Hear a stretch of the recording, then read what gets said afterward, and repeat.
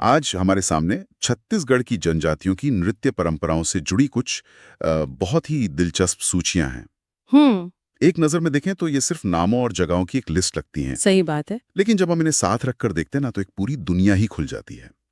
हर नृत्य के पीछे एक अवसर है, एक कहानी है और मतलब जीने का एक पूरा फलसफा छिपा है। बिल्कुल। कुछ नृत्य त्योहारों की खुशी जाहिर करते हैं, कुछ विवाह के बंधन का जश्न मनाते हैं, तो एक नृत्य को तो सबसे भयानक भी कहा गया है। हाँ, वो मैंने भी देखा। तो आज हमारी कोशिश यही है कि इन सूचियों के जरिए छत्तीसगढ़ की जनजातीय आत्मा की उस धुन को पकड़ें जो उनके हर नृत्य में बसती है। बिल्कुल सही कहा। ये सूचियां महज डेटा नहीं है, ये एक तरह का सांस्कृतिक नक्शा है। सांस्कृतिक नक्शा, वाह। हाँ जी। ये हमें बताती है कि नृत्य सिर्फ मनोरंजन नहीं, बल्कि उनके जीवन का एक अभिन्न अंग है। ये उनका कैलेंडर है, उनका इतिहास है और प्रकृति के साथ उनके संवाद का एक जरिया भी है। हम्म। और दिलचस्प बात यह है कि ये नृत्य कितने विशिष्ट हैं। हम्म। कोई नृत्य सिर्फ पुरुष करते हैं, कोई सिर्फ महिलाएं, किसी में शिकार का अभिनय है तो किसी में देवताओं की आराधना। ये विविधता ही इनकी सबसे बड़ी खूबसूरती है। तो चलिए इस नक्शे पर पहला कदम रखते हैं और त्योहारों की बात करते हैं। इन लिस्ट्स में जो बात सबसे पहले उभर कर आती है वो है दिवाली। हाँ, दिवाली। इस मौके पर सैला नृत्य का जिक्र है, जिसे डंडा नृत्य भी कहा गया है। अब ये तो सिर्फ छत्तीसगढ़ में ही नहीं, भारत के कई हिस्सों में फसल कटाई के बाद ऐसे स्टिक डांसेस होते हैं। जी बिल्कुल। तो क्या इन स्रोतों से कुछ पता चलता है कि इसका भी संबंध फसल से या किसी तरह की मार्शल आर्ट से है? ये बहुत अच्छा सवाल है। देखिए, स्रोत सीधे तौर पर तो इसका जिक्र नहीं करते, लेकिन डंडा नृत्य का जो स्वरूप है वही बहुत कुछ कह देता है। अच्छा। जब बैगा, गोंड और प्रधान जनजातियां इसे करती हैं, तो इसमें इस्तेमाल होने वाली डंडियां सिर्फ एक प्रॉप नहीं होती, वो सामुदायिक शक्ति और एकजुटता का प्रतीक है। एकजुटता। डंडों की वो जो लयबद्ध टक्कर है, वो एक संगठित समाज की आवाज है। आप इसे फसल की कटाई के बाद का उत्सव मान सकती हैं और साथ ही यह एक तरह का शौर्य प्रदर्शन भी है। और दिवाली भरी मोरिया जनजाति की लड़कियों का एक खास नृत्य है, दियांग पाटा। हाँ। इसका मतलब ये हुआ कि जहां सैला नृत्य में शायद पूरा समुदाय शामिल होता है, वहीं कुछ परंपराएं सिर्फ महिलाओं के लिए आरक्षित हैं। बिल्कुल। दियांग पाटा का जिक्र यही दिखाता है कि उत्सव के भीतर भी भूमिकाएं कितनी स्पष्ट है। ये शायद लड़कियों के अपने समूह में उनकी भावनाओं, उनकी कहानियों को व्यक्त करने का एक जरिया हो। और होली के बारे में? हाँ, होली के अवसर पर बैगा जनजाति का फाग नृत्य है, जो रंगों और वसंत के आगमन का जश्न है। फाग नृत्य? और भत्रा और कोरकू जनजाति का दन्नारी नृत्य भी इसी उत्सव से जुड़ा है। अच्छा।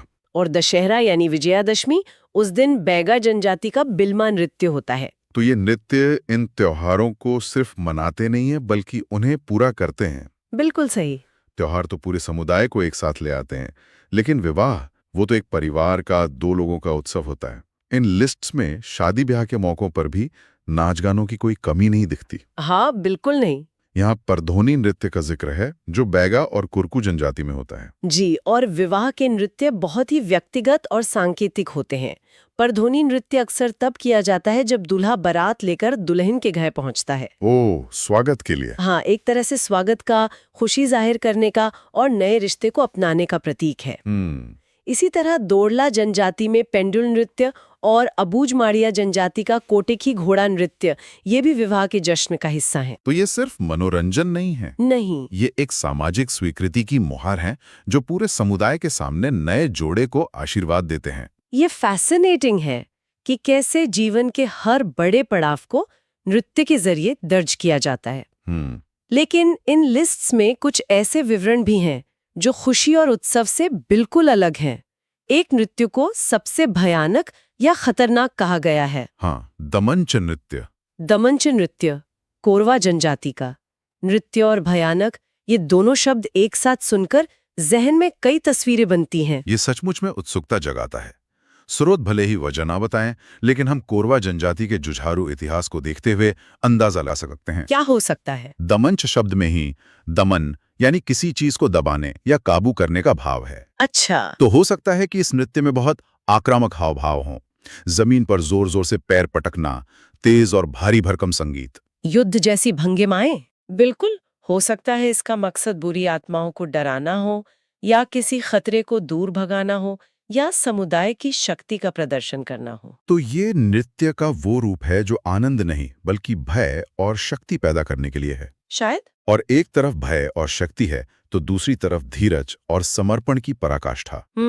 मारिया जनजाति का भड़म नृत्य, जिसे सबसे लंबे समय तक चलने वाला नृत्य बताया गया है, हाँ, ये तो कलाकारों के लिए एक तरह की तपस्या जैसा लगता है। बिल्कुल। ये कोई सामान्य आधे घंटे की प्रस्तुति नहीं हो सकती। जब कोई नृत्य घंटों या शायद पूरी रात चलता है, तो उसका उद्देश्य सिर्फ मनोरंजन नहीं रह जाता। तो फिर क्या होता है? वो एक अनुष्ठान बन जाता है। हो सकता है कि इसके जरिए कलाकार एक आध्यात्मिक अवस्था या ट्रांस में चले जाते हों, जहां उनका जुड़ाव सीधे अपने देवी देवताओं से होता हो, या फिर ये कोई महाकाव्य सुनाने का जरिया हो सकता है जो धीरे धीरे परत दर परत खुलता है। ये तो उस समुदाय के समर्पण और उनकी शारीरिक मानसिक क्षमता का एक जबरदस्त प्रमाण है। बिल्कुल। इन नृत्यों में एक और दिलचस्प पहलू है लैंगिक भूमिकाओं का। हमने द्यांग पाटा की बात की, जो सिर्फ लड़कियां करती हैं। जी। क्या ऐसे नृत्य भी हैं जो सिर्फ पुरुष करते हैं? हाँ, और ये सामाजिक संरचना को बहुत स्पष्ट रूप से दिखाता है। मुरिया जनजाति का गेड़ी नृत्य या डिटोंग पाटा इसका सबसे अच्छा उदाहरण है। गेड़ी नृत्य? जी।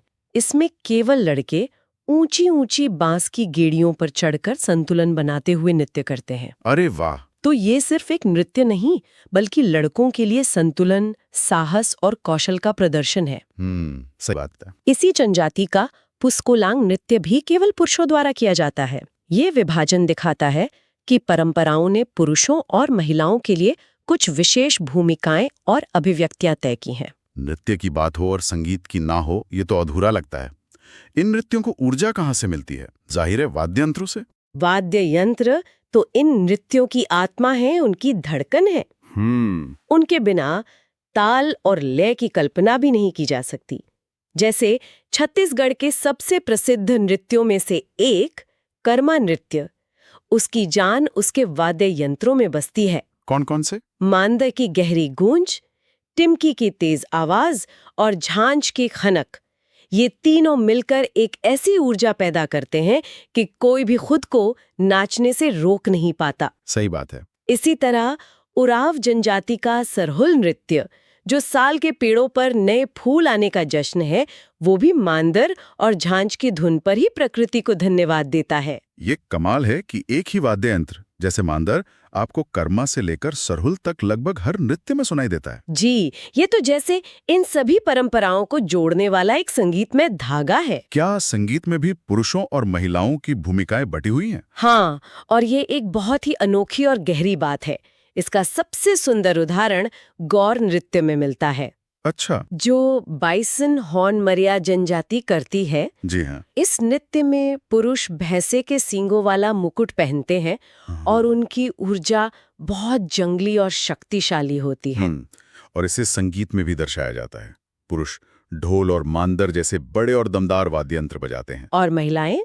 वही महिलाएं गुंजिड नाम का एक वाद्य यंत्र बजाती हैं, जिसकी ध्वनि शायद उतनी प्रबल नहीं, लेकिन लय को बनाए रखने के लिए जरूरी है। ये संगीत में भी एक तरह का संतुलन दिखाता है। इस पूरी चर्चा में मुरिया जनजाति का नाम बार बार आ रहा है। ऐसा लगता है कि उनकी नृत्य परंपरा बहुत ही ज्यादा समृद्ध और विविध है। आपने बिल्कुल सही पकड़ा। अगर इन सूचियों को एक साथ देखें तो मुरिया जनजाति का जीवन नृत्य के इर्द गिर्द बुना हुआ लगता है। मतलब हर अवसर के लिए एक नृत्य? लगभग हर अवसर के लिए। मांदरी नृत्य है, फिर माड़ाई महोत्सव के दौरान किया जाने वाला एम्बाल्टियर नृत्य है। हमने गेड़ी नृत्य की भी बात की। हाँ, एक बहुत ही विशेष नृत्य है माओ पाटा, जो एक शिकार नृत्य है। इसमें शिकारी और शिकार के बीच के संघर्ष को नाटकीय ढंग से प्रस्तुत किया जाता है। अरे वाह! फिर कक्सार नृत्य है, जो घोटुल यानी उनके पारंपरिक युवागृह के बाहर उनके प्रमुख देवता लिंगोपिन की आराधना और आशीर्वाद पाने के लिए किया जाता है। एक ही जनजाति में इतने सारे नृत्य, शिकार के लिए अलग, पूजा के लिए अलग, त्योहार के लिए अलग। ये दिखाता है कि नृत्य उनके लिए सिर्फ एक कला नहीं, बल्कि जीवन जीने का तरीका है। यही तो इसकी आत्मा है। जीवन का हर पहलू, हर अवसर, हर भावना नृत्य के माध्यम से व्यक्त होती है।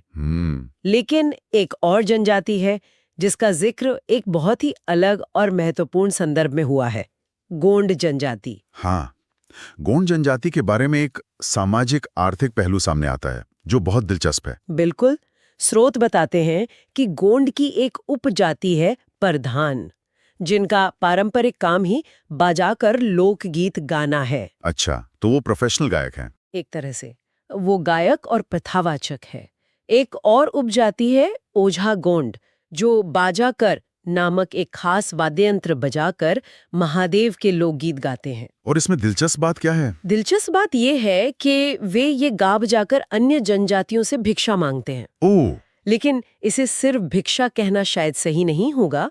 ये एक तरह की पारंपरिक सामाजिक व्यवस्था है, जैसे जाजमानी सिस्टम होता था। बिल्कुल वैसा ही कुछ, जहां ये समुदाय अपने संरक्षक समुदायों के लिए इतिहास, कहानियां और अनुष्ठान सहेज कर रखते हैं और बदले में समुदाय उनकी आजीविका का ध्यान रखता है।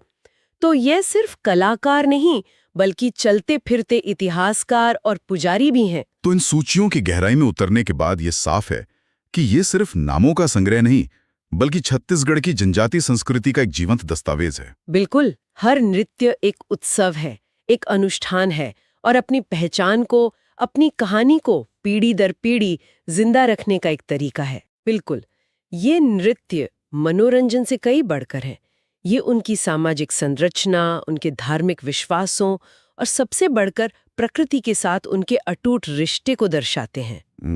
प्रकृति के साथ रिश्ता। जी, गौर नृत्य में बाइसन यानी जंगली भैंसे के सींग पहनना सिर्फ एक पोशाक नहीं, बल्कि उस जानवर की शक्ति को धारण करने का, उसका सम्मान करने का एक तरीका है। और सरहुल नृत्य? सरहुल नृत्य, जो साल वृक्ष पर नए फूल आने पर होता है, ये प्रकृति के चक्र के साथ उनके जीवन के गहरे जुड़ाव का उत्सव है। तो नृत्य के माध्यम से वे प्रकृति से बात करते हैं। हाँ, उसे धन्यवाद देते हैं और उससे आशीर्वाद मांगते हैं। ये सचमुच अद्भुत है कि कैसे कला, धर्म और रोजमर्रा की जिंदगी एक दूसरे में इतने गहरे गुंथे हुए हैं। और यही इन परंपराओं को इतना शक्तिशाली बनाता है। ये सिर्फ मंच पर दिखाने के लिए नहीं है, ये जीवन का हिस्सा है। ये परंपराओं को एक पीढ़ी से दूसरी पीढ़ी तक पहुंचाने का सबसे जीवंत और शक्तिशाली माध्यम है। जब एक बच्चा अपने बड़ों को कर्मा नाचते हुए देखता है, तो वो सिर्फ कदम नहीं सीखता, वो अपनी संस्कृति, अपने लोगों और अपनी जड़ों से जुड़ना सीखता है। इन स्रोतों में एक परगोनी नृत्य का उल्लेख है, जिसे सैन्य नृत्य भी कहा गया है। और हमने कोरवा जनजाति के दमनाच नृत्य की भी बात की, जिसे सबसे भयानक बताया गया है। ये हमें एक बहुत गहरे सवाल पर लाकर छोड़ता है।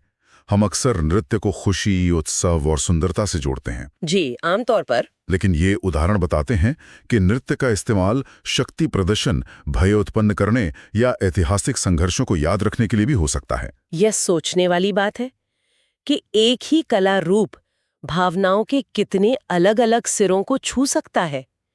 एक तरफ विवाह का उल्लास, तो दूसरी तरफ युद्ध की भयावहता। सही बात है। कला का ये दोहरा चरित्र उसके मानवीय अनुभव से गहरे जुड़ाव को ही दिखाता है ना?